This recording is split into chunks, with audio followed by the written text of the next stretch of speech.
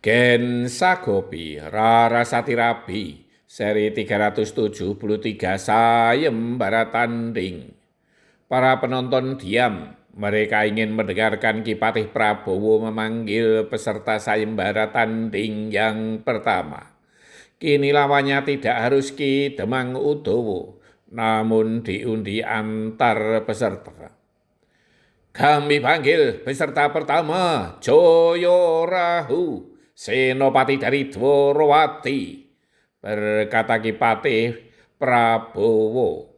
Para penonton pun bersorak dan bertepuk tangan bergemuruh. Mereka baru saja menyaksikan kehebatan Senopati Agung Dworowati, Raden Haryo Setyaki. Kini yang akan tampil adalah senopatinya anak buahnya. Mereka ingin menyaksikan apakah senopatinya itu juga sehebat senopati agungnya. Mereka tidak segera melihat seseorang naik ke panggung. Ternyata Senopati Joyorahu mendatangi Raden Haryo Setyaki terlebih dahulu. Ia bersujud dan memberikan hormat kepada Raden Haryo Setyaki, serta mohon maaf atas kelancangannya. Ia pun mohon izin dan jika tidak diperkenankan, ia rela mundur dari sayembara tanding. Raden Haryo Setyaki yang semula akan marah kepada Senopati Joyorahu menjadi luluh hatinya. Ia bangga akan sifat kesatria anak buahnya itu. Majulah kau aku restui, namun jangan membuat malu negeri Dworowati, saran Raden Haryo Setyaki. Terima kasih Raden, akan aku junjung tinggi kewibawaan negeri Dworowati, sahut Joyorahu. Sesungguhnya ia termasuk senopati yang disekani di Dworowati. Para penonton kembali bertepuk tangan riuh ketika seseorang yang disebut sebagai Senopati Joyorahu itu melangkah naik ke atas panggung. Ia berjalan tegap penuh percaya diri. Ia berperawakan sedang, namun terlihat gagah dan kuat. Ia pun tampan dengan kumis tipisnya. Ia kemudian memberi hormat kepada seluruh penonton dengan membungkukkan badan ke arah segala penjuru. Para penonton kembali bertepuk tangan riuh. Mereka suka akan sikap santun dari Senopati Joyorahu. Kipatih Prabowo kembali maju ke tengah gelanggang.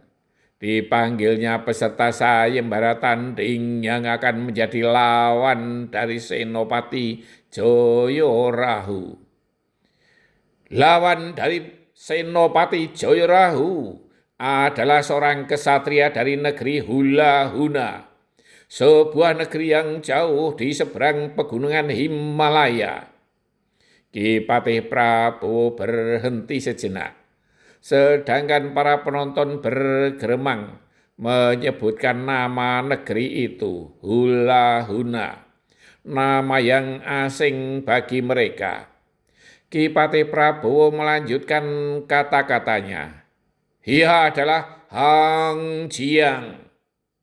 Para penonton kembali bergeremang mendengar nama yang sangat asing bagi mereka, Hang Jiang. Sejenak kemudian seseorang dengan berlari-lari kecil naik ke atas panggung.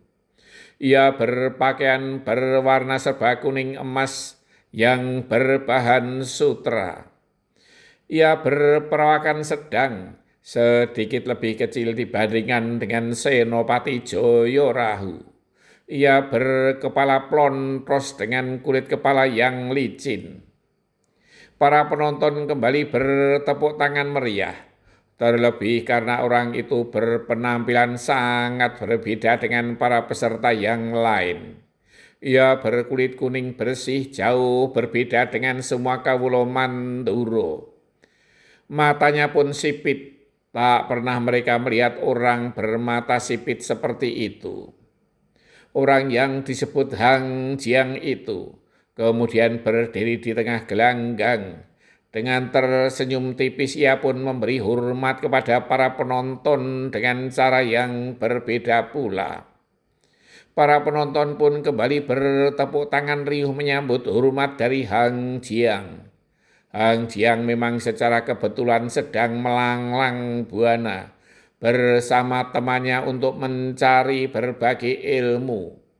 Bukan hanya ilmu kanuragan, tetapi pengetahuan yang lain yang tidak ada di negerinya.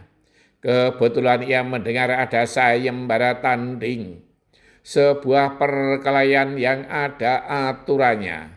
Ia pun kemudian tertarik untuk mengikutinya. Ia juga ingin mengukur sejauh mana ilmu bela dirinya dibandingkan dengan para peserta sayembara tanding yang lain. Bersambung. Dunia ternyata tak hanya selebar daun kelor, terdiri dari berbagai suku, bangsa, dan bahasa, adat istiadat, dan tata cara. Selayaknya kita saling hormat menghormati.